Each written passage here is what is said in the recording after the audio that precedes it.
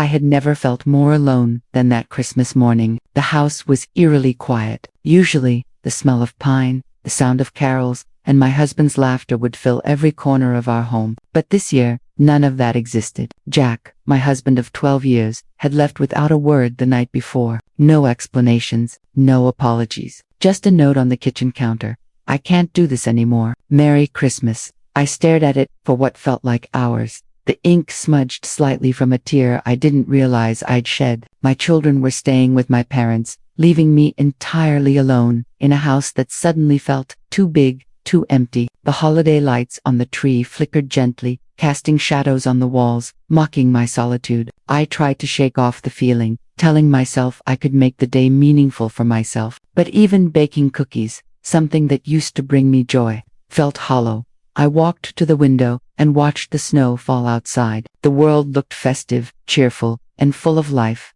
And here I was, trapped in silence and heartbreak. I tried calling Jack, but he didn't answer. His phone went straight to voicemail, a cruel reminder that he had disappeared from my life just like that. My chest ached. I felt betrayed, abandoned, like I had done something so wrong that even he couldn't face me. By noon, the loneliness had turned into desperation. I bundled up in my thickest coat, grabbed a small purse with a few dollars, and decided to step outside. Maybe a walk in the crisp winter air would calm my racing thoughts. As I trudged down the snowy street, I passed families laughing, children carrying presents, couples holding hands. Each sight was a stab to my heart. I felt invisible, a ghost in a world that celebrated love while I was left with emptiness. Then, at a small, abandoned bus stop near the corner of Maple and Fifth, I sank onto the bench, exhausted. I couldn't go home yet, didn't want to face the empty rooms. I sat there, shivering, letting the tears fall freely. The cold wind bit my cheeks, but the ache in my heart was worse. It was then that I noticed him, a man, sitting across from me, wrapped in layers of tattered clothing. He was dirty, clearly homeless, but there was something about his eyes that made me stop crying for a moment. They were calm, knowing, almost human in their depth.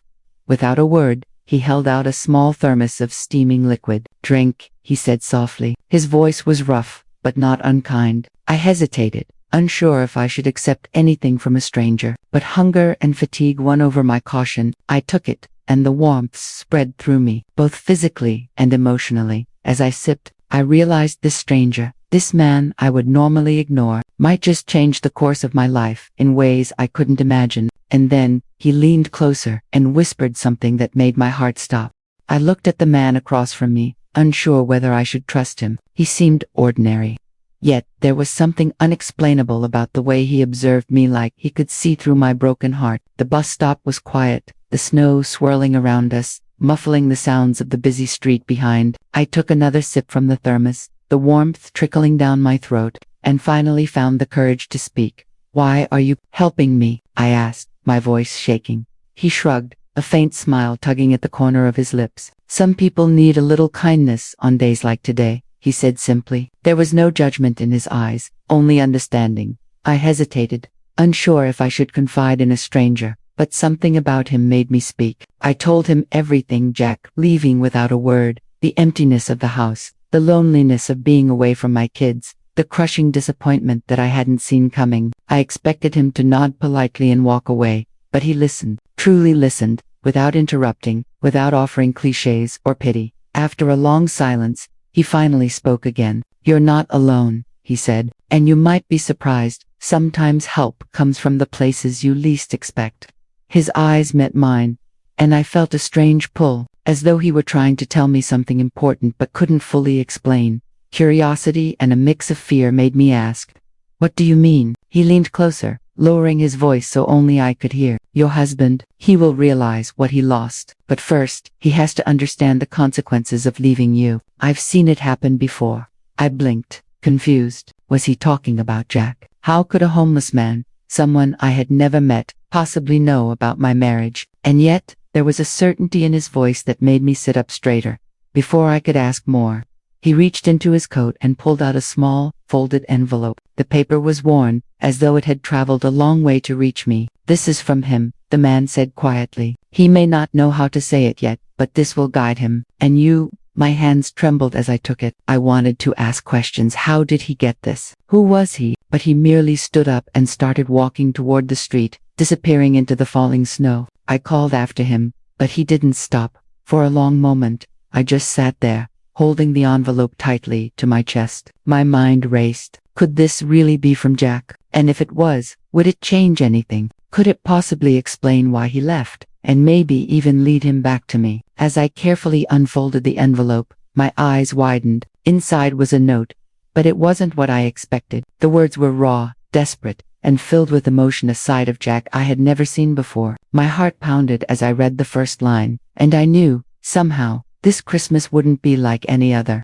If you're hooked by this story and want to see what Jack's note reveals, don't forget to like, share, and subscribe to my channel for more emotional and heart-touching stories every day. I unfolded the envelope with trembling hands, the paper crackling beneath my fingers. The words inside were written in Jack's familiar scrawl, but they carried a weight I had never seen before. My heart raced as I began to read.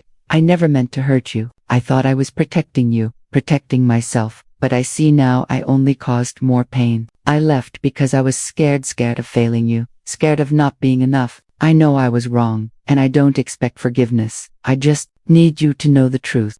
I sank onto the bench, tears streaming down my face. I had spent the last 24 hours replaying every argument, every misunderstanding, wondering what I had done wrong, and here it was, his confession, raw and unfiltered. It was the first time he had ever admitted fear instead of placing blame. The note continued. I saw a man on the street the other day, someone who had lost everything, yet still carried hope. He reminded me of you, strong, compassionate, unwilling to give up even when the world turned its back. That's when I realized I was running from the best part of my life, from the family I love more than anything. I don't know how to fix the damage, but I am trying. My chest tightened. The words felt like a lifeline thrown across a stormy sea. Could Jack really be coming back? Could he really understand what he had done and want to make it right? I sat there for what felt like hours, reading and rereading every line. The note was signed simply, Jack. I hope one day you can trust me again. There was no explanation for why he had disappeared, no apologies beyond the words on the page, but somehow, that small gesture was enough to ignite a flicker of hope in my broken heart. I glanced up at the snow falling softly around me. The streets were quiet now, almost as if the world itself was waiting for my next move. And then, I noticed something. The homeless man from earlier was standing a few feet away, watching me carefully. He gave a small nod, a silent acknowledgement that he had delivered more than just a note. He had delivered clarity, a path forward. I wanted to run to him, ask questions, demand answers, but he shook his head, gesturing toward the envelope in my hands. Everything I needed to understand was already there. Suddenly, the reality hit. Jack had left me, yes, but not forever. He had made mistakes, yes, but he hadn't stopped loving me. And maybe, just maybe, this Christmas could still be saved in my presents or decorations, but by the fragile hope of a family finding its way back to one another. But there was one thing I didn't understand. Why had the homeless man been involved at all? How did he know about Jack's letter? What secret did he hold that might change everything again? I clutched the envelope tighter, my heart pounding with both fear and anticipation. I knew I had to follow this thread, discover the truth behind the stranger's involvement, and decide whether to open the door to Jack or let the past remain behind me. I folded Jack's note carefully and slipped it into my coat pocket. Still shaking from the flood of emotions it had unleashed, my mind kept returning to the homeless man. Why had he appeared at exactly the right moment? How did he know Jack's letter would reach me? And why was he watching from across the street as if guarding some invisible truth? I hesitated, then stood and called out to him, my voice cracking in the cold air. Wait, please, can you tell me why you're involved? He turned slowly, his face partially obscured by the hood of his worn coat. Then, without a word, he began to walk toward a nearby alley, gesturing for me to follow. My curiosity overpowered caution. I pulled my coat tighter and followed him through the swirling snow, heart pounding with a mix of fear and anticipation. Finally, we reached a small, dimly lit corner behind an old bakery. He stopped and turned to face me. His eyes, piercing yet kind, held a depth I couldn't place. I'm not just a man who lives on the streets, he began, his voice surprisingly calm. I knew your husband years ago, before you ever met him. I blinked, stunned. You knew him? I asked, my voice barely audible. Yes, he said. I worked with Jack when he was younger. We were friends, and I saw him make choices he would later regret. I saw him hide his fears, his insecurities, even his love, behind walls he didn't know how to break down. And when I learned he was struggling with you, I knew he needed a push, a reminder of what he was risking by leaving. I felt a chill run down my spine. This stranger wasn't just a passerby. He had history, knowledge, and insight into Jack that I had never known. But, why you? I asked. Why involve yourself in our lives? He paused, as if weighing his words. Because I've been where you are, alone, abandoned, left with nothing but regret, and someone gave me a chance to make things right. I never forgot that. Helping you is my way of repaying that kindness, and ensuring a good man doesn't throw away his life, or the family he loves. I could barely comprehend the layers of his story. The stranger, this man, I had initially dismissed, was a guardian of sorts, sent by fate to guide us through the darkest moment of our lives. I started, my voice trembling. I wanted to thank him, but words failed me. Instead, I nodded, understanding that this Christmas was about more than gifts or traditions. It was about second chances, forgiveness, and the mysterious ways life can bring people together when you least expect it. He handed me a small, worn envelope, identical to the one I had received from Jack. This will lead you to him, he said quietly, but you must choose how you meet, face him with fear, or face him with hope.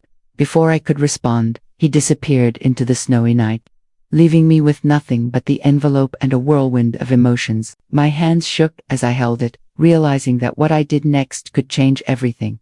Could I face Jack? Could I forgive him? And would this Christmas be the one where our family found its way back, or the one where the past remained unhealed? If you're feeling the suspense and want to see what happens when she opens the stranger's envelope, make sure to like, share, and subscribe to my channel for more emotional, heart-touching stories that keep you on the edge of your seat. I sat on the cold bench outside the bakery, clutching the stranger's envelope as if it were the most precious thing in the world. My heart raced. Every nerve in my body screamed with anticipation, fear, and hope all at once. The snow had slowed to a gentle fall, each flake landing silently, as though the universe itself was holding its breath, waiting for what I would do next. I hesitated before opening the envelope, my fingers trembling. What if this was some cruel trick? What if Jack wasn't ready? Or worse, what if he had moved on completely and I was about to face a disappointment too deep to bear? But then I remembered the stranger's words, face him with hope. Taking a deep breath, I unfolded the paper. My eyes widened as I read the first few lines. I've made mistakes that words cannot erase. I left because I was terrified of failing, of losing the woman and family I love most in the world. But leaving did nothing to protect anyone. It only caused pain. And I'm sorry, more than I can ever explain. Tears blurred my vision, and I had to pause to steady myself. The letter wasn't just an apology. It was a confession, a plea, and a promise, all rolled into one. It continued, I'm coming home. I don't know exactly how to fix what's broken, but I want to try. I want to be better for you, for the kids, for our family. I know it won't be easy, and I don't expect forgiveness immediately. I just ask you to let me prove that I am still the man you married, the man who loves you more than anything. My heart pounded in my chest. Could this be real? Was Jack truly willing to come back and make amends, or was this just another illusion, another heartbreak waiting to happen? I read on, the words painting a vivid picture of the man I had loved, flawed but genuine, desperate to return. And then there was a final line that stopped me cold. If you choose to meet me where it all began, the bus stop near Maple and Fifth. I'll be waiting, hoping you haven't given up on us yet. The bus stop, the same place where the stranger had found me. My mind raced. Was this coincidence, or had the homeless man somehow orchestrated this entire encounter? Every detail seemed too precise to be random. For the first time in what felt like an eternity, hope flickered in my chest. I realized that I had a choice. I could stay frozen in fear, haunted by the past, or I could step forward and embrace the possibility of healing, of reconciliation, of love rekindled. I folded the letter carefully, slipping it back into my coat pocket. My fingers still trembled, but my resolve was forming. I would go, I would face Jack, and whatever happened next, whether heartbreak or healing, would be the start of a new chapter. The snow continued to fall, covering the city in quiet white, as if granting me permission to take this step. I rose from the bench, my breath visible in the cold winter air, and began walking toward the place where everything had begun. The snow crunched softly beneath my boots as I approached the bus stop near Maple and Fifth. Every step felt like an eternity. My heart thumped so loudly I feared Jack might hear it from across the street. The world seemed quieter, as if holding its breath along with me, waiting for this moment, the moment that could either mend everything or shatter me completely. I spotted him immediately. Jack stood at the edge of the bus stop, hunched against the cold, his coat wrapped tightly around him. His face was pale, his eyes scanning the street as though searching for me, or perhaps searching for courage. When he finally saw me, something shifted in his expression: relief, fear, hope, all mingled into a raw, vulnerable look that pierced me straight through. For a moment, we just stared at each other, the distance between us feeling both enormous and infinitesimal. I could see the regret etched into every line of his face, the pain he had carried while I had endured my own. The snow swirled around us, but I felt a strange warmth, a thread connecting our hearts, despite the months of separation. "Sarah," he said finally, his voice barely above a whisper, as if speaking too loudly might break the fragile moment. I swallowed hard, fighting the tears threatening to fall. "Jack," I managed, my voice shaking. The single word carried a lifetime of emotions: anger, sadness, love, and hope, all tangled together. He took a hesitant step closer. "I never should have left. I was scared, so afraid of failing you, that I ran instead. I know I hurt you more than I can say, and I can't take back the pain, but I want to make it right. Please, let me try." I looked into his eyes, searching for the man I had loved, the one beneath the fear and mistakes. There he was, the same warmth, the same kindness, the same love I had fallen 4 years ago. My chest tightened. Part of me wanted to forgive him instantly, but another part demanded caution. Before I could respond, he reached into his pocket and pulled out a small, folded piece of paper, the same note I had found earlier. "I meant every word," he said quietly. "I just needed someone to help me find the courage to face you. And maybe, somehow, fate sent someone to guide me." I understood immediately. The homeless man, the stranger, had orchestrated this in some way. He had given us both a chance at reconciliation, a bridge over the chasm of hurt and regret. I took a deep breath and let the tension in my body ease just slightly. "Jack, I don't know if it'll be easy. I don't know if I can forget what happened," I admitted. "But I do know I still love you, and maybe that's enough to start." A small smile broke across his face, genuine and filled with relief. "Then let's start," he said, "one step at a time." The snow continued to fall around us, but for the first time in weeks, I felt a warmth spreading from my chest, a fragile but real hope. Perhaps this Christmas, our family could find its way back to each other, guided by love, forgiveness, and the mysterious stranger who had believed in us when we couldn't believe in ourselves. If you're touched by this reunion and want to see how Sarah and Jack's story unfolds, don't forget to like, share, and subscribe to my channel for more emotional, heartwarming stories that will keep you hooked until the very end. The snow continued to fall softly, dusting the bus stop in a gentle white blanket, but I hardly noticed it. All I could see was Jack standing there, vulnerable, hopeful, and undeniably real. The weight of the past months pressed on both of us, but something in the air felt different now, lighter, as if the universe had finally offered us a chance to breathe together again. Jack took a hesitant step closer. "Sarah," he said, his voice trembling slightly, "I know I can't undo the past. I can't take back the nights you cried alone, or the pain of seeing me walk away. But I promise you, I will spend every day making sure you never feel that abandoned again." I wanted to believe him, wanted to wrap my arms around him and never let go, but the fear lingered. "It won't be easy, Jack," I admitted. "I can't pretend everything is okay. I'm scared you'll leave again." He nodded solemnly. "I understand, and I don't expect instant forgiveness. I just want the chance to prove that I've changed, that I'm still the man you married, the man who loves you more than anything."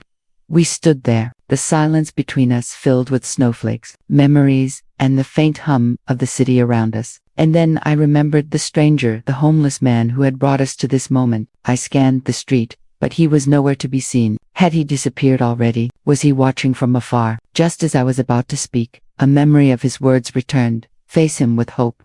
I realized he had done more than deliver a letter. He had been a guardian, a guide, a force ensuring that Jack and I confronted the truth instead of letting fear and pride tear us apart. The realization filled me with gratitude I couldn't even articulate. I finally allowed myself to step closer to Jack, My hands trembled as they found his. The warmth of his fingers against mine was grounding, real, undeniable. "I want to try," I whispered, my voice shaking but firm. "I want us to try." Jack's eyes glistened with unshed tears. "Thank you," he murmured. "Thank you for giving me a chance." For the first time in weeks, I felt the knot of fear and heartbreak loosen. The snow around us seemed softer, warmer, as if echoing the fragile hope growing between us. We didn't have all the answers, and we didn't know what challenges lay ahead, but we had taken the first step toward healing.